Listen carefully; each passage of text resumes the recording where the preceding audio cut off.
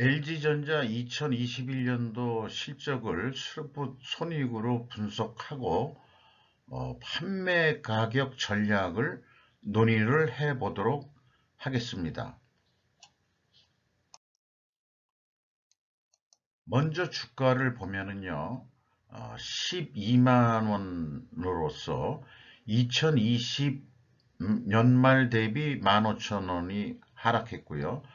장부 가격 대비 2%가 내려갔습니다.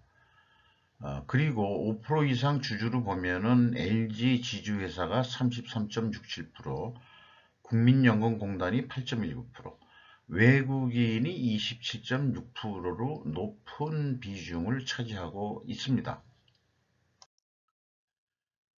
원가 회계 손익계산서를 주로 이 설명은 안 드리는데 원가 회계를 한번 소개를 해 보도록 하겠습니다.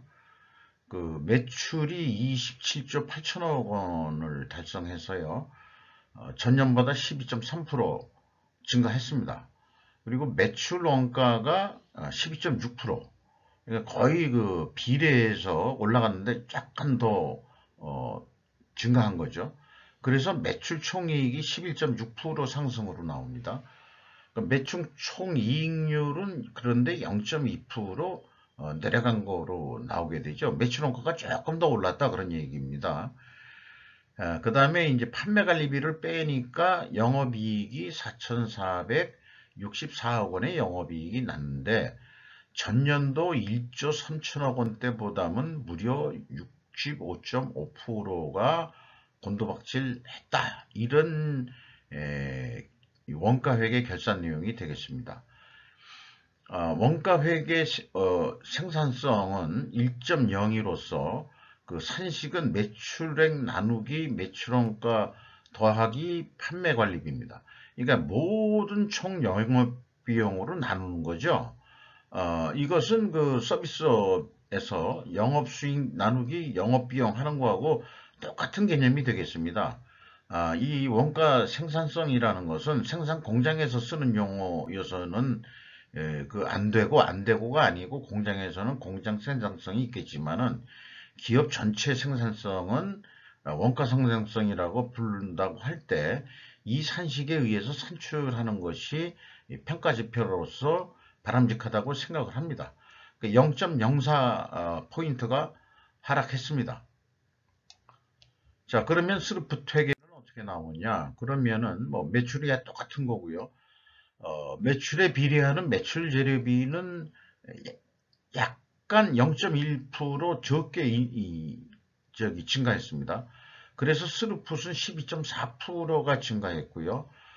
스루풋률은 원가 회계로 봐서는 매출 원가겠죠. 매출 이익률이 되겠는데 이건 변동이 없습니다. 똑같이 전년도 수준이 산출이 됐습니다.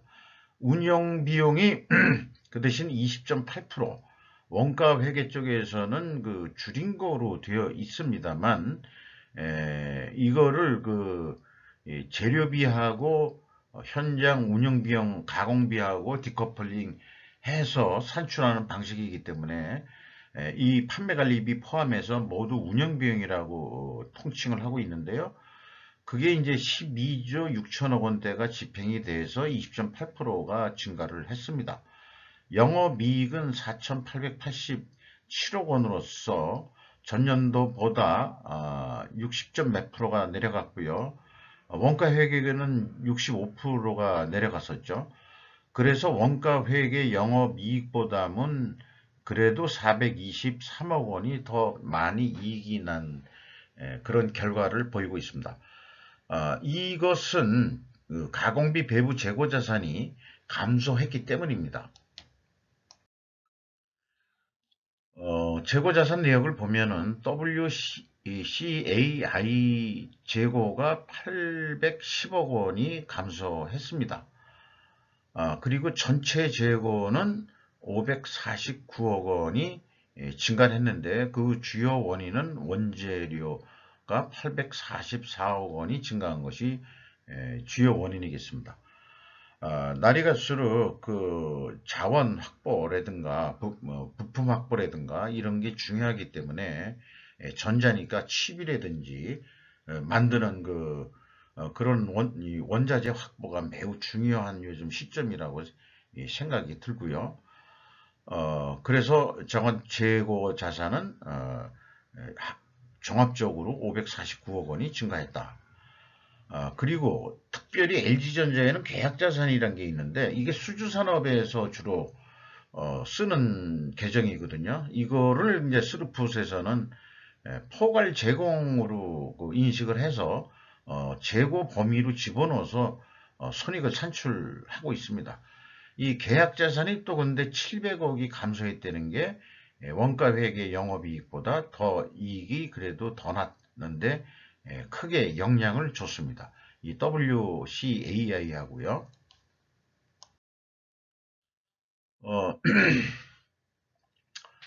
근데 이제 먼저 위에 거부터 읽으면은 재고 자산의 변동 범위를 모호하게 표기하고 있다. 상품이 들어가 있다는 얘기인지. 그러니까 뭐라고 표현하냐면 제품 및 제공품 등의 변동이라고 그랬거든요. 그럼 등이 뭐냐 그러면은 아까 그 재고자산 명세해 봤지만은 상품하고 제품하고 분리를 안 해놓고 묶어서 표기를 한 금액입니다. 그러니까 이 제품 및 제공품 등의 변동에 상품이 들어가는지 안 들어가는지 그게 불분명한데 왜 그러냐 그러면은 그 B 표현이 어떻게 되어 있냐 그러면 원재료 및 상품의 사용이라고 되어 있습니다. 이 상품의 사용이라는 것은 다른 말로 얘기하면 상품 매출 원가거든요. 상품 매출 원가면은 이 A에 안 들어갑니다. 상품이. 원재료는 당연히 안 들어가는 거고요. 그래서 상품의 매입이라면은 A 재고자산 변동 범위에 상품들이 들어가는데 재고자산 명세에는 제품 및 상품을 한꺼번에 표시했거든요.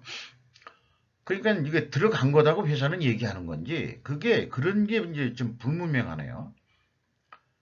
어쨌든 그 매출원가 재료비는 13.2%가 증가를 했고 운영비용은 20.8%가 증가를 했습니다. 상품 매출 원가는 왜 그 사용이냐 매입이냐 이런 용어야 되냐 그러면 상품 매출 원가는 상품의 사용이라고 동일한 이 개념입니다. 기초 상품에서 상품 매입액을 더해가지고 기말 상품을 뺀 게 상품의 매출 원가니까 상품의 변동액이 A에 포함되어 있으면 B에서는 당연히 매입액이 되어야 된다. 그러니까 이 상품이 여기에 들어가 있다면 상품의 매입액이야 된다. 이런 얘기가 되는 겁니다. 그러니까 LG전자 이 표현은 혼선이 나오게끔 말하자면은 이해를 모호하게 만드는 표현을 했다. 이렇게 말할 수 있겠습니다.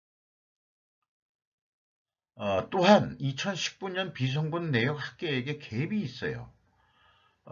계속 영업이 있고 중단 영업이 있고 매년 중단 영업과 기업을 어떤 사업 부분을 양수하고 어떤 거는 양도를 하고 또는 기업 분할하면서 이제 내보내고 이런 건수들이 LG전자가 상당히 많은데 이 손익계산서에 나와 있는 계속 영업의 이 금액이 있고요. 총 운영 비용에서 요거는 매출원가 더하기 판매 관리비로 더한 금액이거든요. 그런데 이제 일치해야 되는 거죠. 일치해야 되는 건데 이게 2019년도는 거의 5조 원 돈의 차이가 있습니다. 분석은 물론 이제 이 매출원가 더하기 판매 관리비를 기초로 했습니다만은 데이터를 주석 데이터는 2019년도 거는 이게 나온다는 얘기죠. 그래서 좀 공시하는데 좀 이렇게 검토가 미흡했던 거 아닌가 이런 생각을 하게 되고요. 그 다음에 운영 비용에서 주요 비용을 보면은 인건비가 4조 4천억 원대가 집행이 돼서 전년보다 인건비가 16.5% 증가했습니다. 그러나 이제 총 운영 비용 대비해서는 1.3% 비율이 내려갔고요. 직원 수는 증가한 거로 돼 있는데 2020년도분의 사업보고서 주석이 없기 때문에 제가 그냥 미루어서 말하자면 인건비의 감소율을 감안해서 아마 36,000명대 아니었겠느냐, 이렇게 제가 임의로는 숫자임을 좀 미리 말씀드리고요. 그 기준에서는 한 500명 정도 증원이 된 것 같다. 이런 얘기가 되겠습니다. 그래서 이제 평균 임금이 내려갔다가 다시 1억 2천만 원대로 평균 임금이 상승했습니다. 그 다음에 이제 지급 수수료가 좀 감소했습니다. 전년도 16.3%에서요 14.6%로 감소했습니다. 사업 양도 및 분할이 빈번하면서 재고자산의 투명성이 매우 흐려졌습니다. 요 2단계 가공비 배부 재고자산의 변동 범위를 비교하는 건데요. WCA하고 회사가 제시하는 비성분 재고자산의 변동액 기준하고 갭2가 있습니다. 이것이 이제 총 제조 비용 차이긴 한데 구체적으로 그게 무엇이냐 하는 것은 다음 장에서 또 좀 진행하기로 하고요.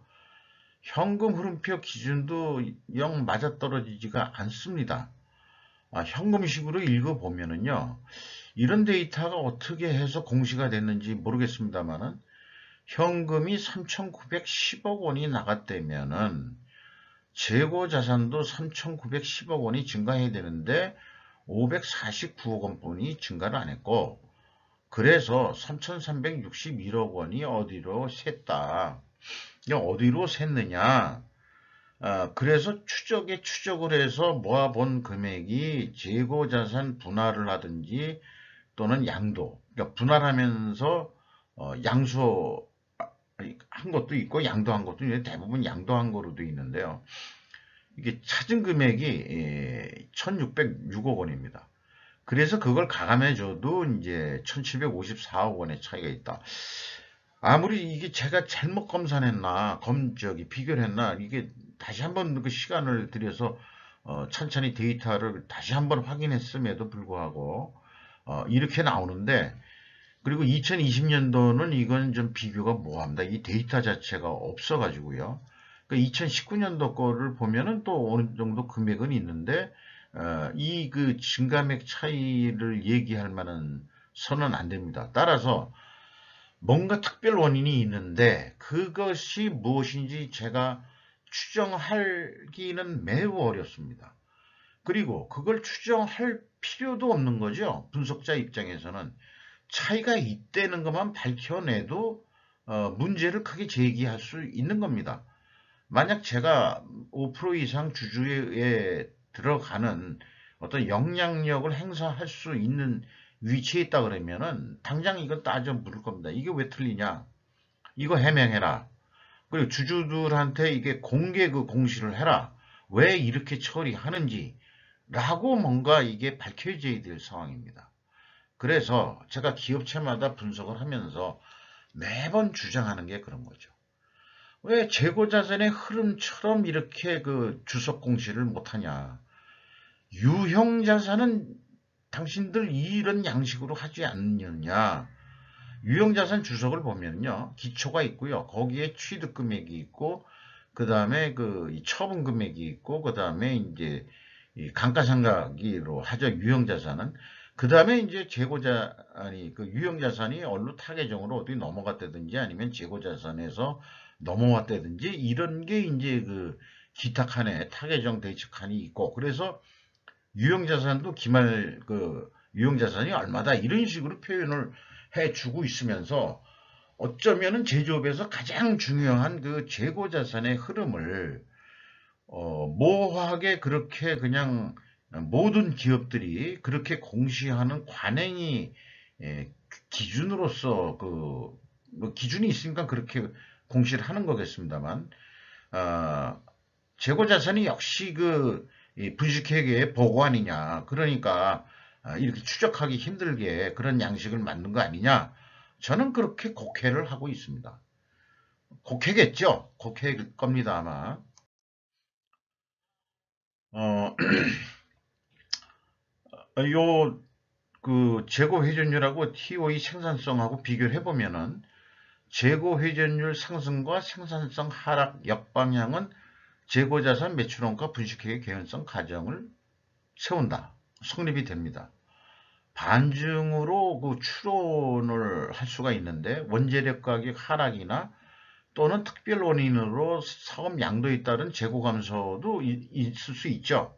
그거는 뭐 공식적으로 한 거니까 재고 감소가 판매 가격 하락이어야 한다는 얘기고요.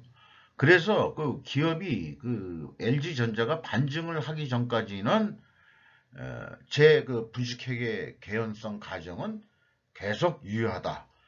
그러니까 반증을 해 보십시오라고 요구를 하는 거죠. 임팩트 미래 가치는 42.8%가 증가한 거로 산출이 됩니다.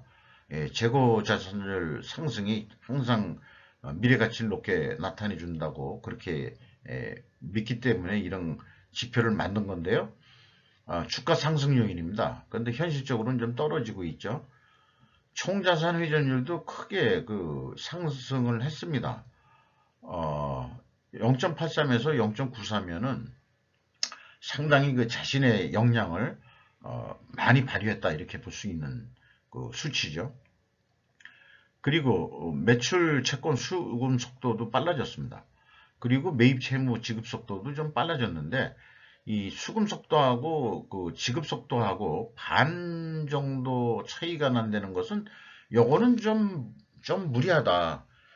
LG 쪽이 협력업체들한테 돈을 좀 더 빨리 주는 기업으로 기억이 남았으면 좋겠는데 영 그렇지 못한 것 같아요. LG 계열이 좀 대금들이 좀 대부분 늦는 것 같습니다.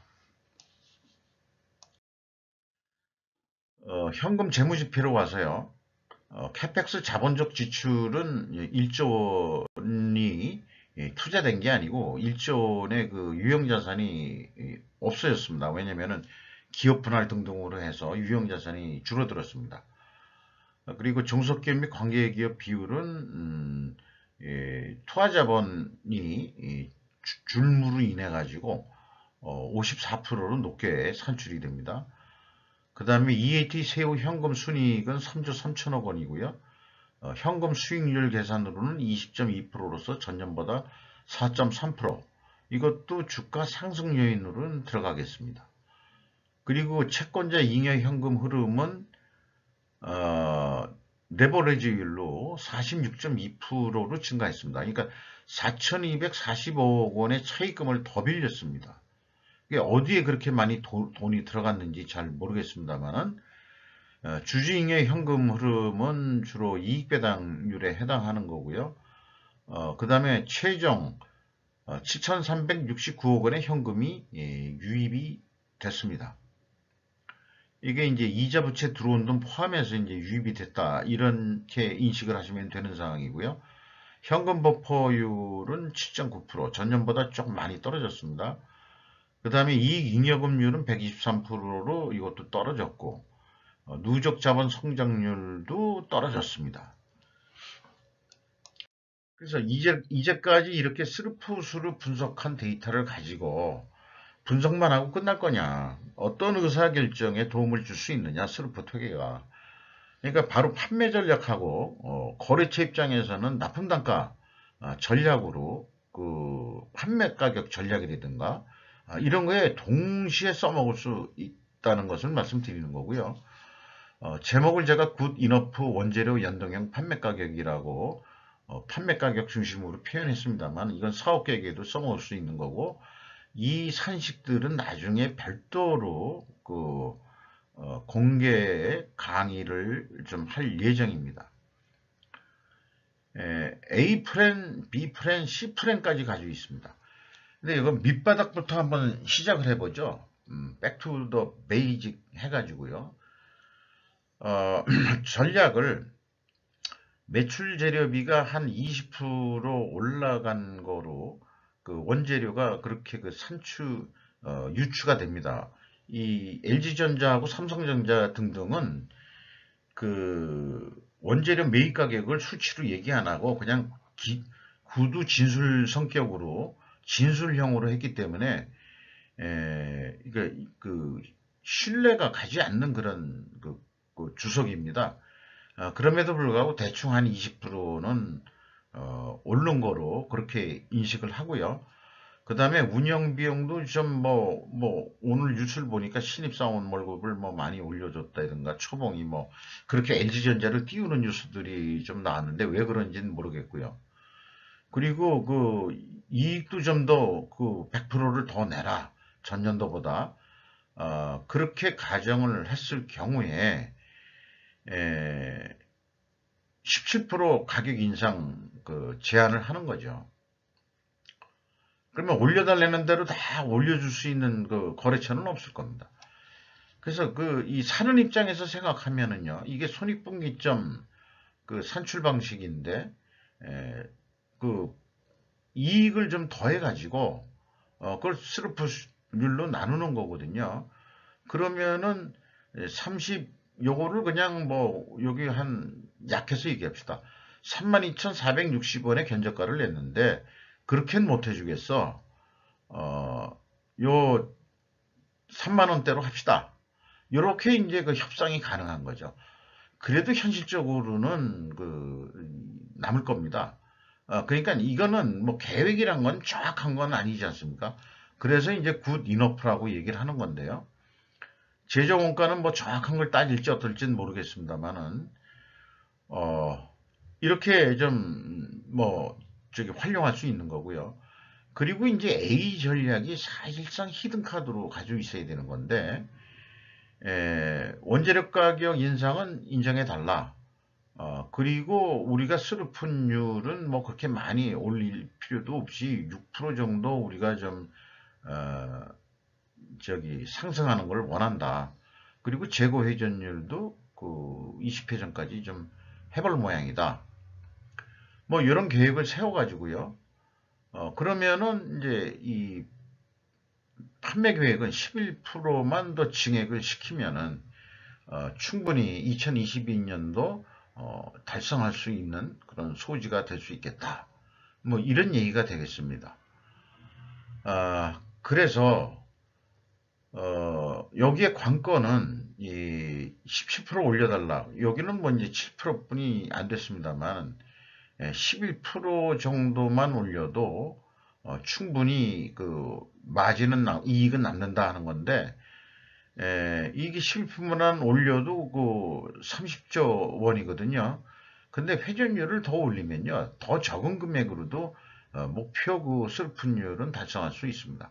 따라서 32조까지 달성한다면은 슬픈율은 크게 더 상승할 거로 믿습니다. 이렇게 그 스르프 그 지표들을 가지고 우리는 계획에도 쉽게 활용할 수 있음을 강조드리고요. 제조 원가 회계가 가질 수 없는 이 계획, 미래를 설계하는데 유용하게 쓸 수 있는 게 스르프 회계라는 것을 강조하면서 다시 강조하면은 원가 회계 가지고 계획하기는 어렵다. 왜냐? 그 결산하는데 그렇게 오래 걸리고 그리고 보통 2022년도 사업 계획을 하려고 그러면은 2021년도 3, 4분기 실적 가지고 연말 실적을 아마 대충 선형 계획으로 예측을 할 겁니다. 거기에서 몇 프로 우리가 업을 더 하자 하는 범위를 아마 기업들은 안 넘어갈 거예요. 그러나 스르풋은 연말까지 기다립니다. 확실하게 매출액이 얼마인지 보고 매출 재료비 쉽게 알 수 있습니다. 알아보려고 그러면요. 금방 알아볼 수 있고 제조원가 계산하냐고 시간 낭비할 것도 없고 그래가지고 원재료 인상률만 적용해서 우리가 얼마 가자. 이렇게 이제 금방 의사결정을 할 수 있는 강점이 있다는 거죠. 기업은 요즘에 속도전이고 그다음에 의사결정을 빨리 해서 하다가 진행률이 좀 안 되면은 바로바로 또 수정 들어가서 진행하는 그런 게 사업 전략 아니겠느냐 이런 거를 말씀드리면서 LG전자 분석 내용을 말씀드렸습니다.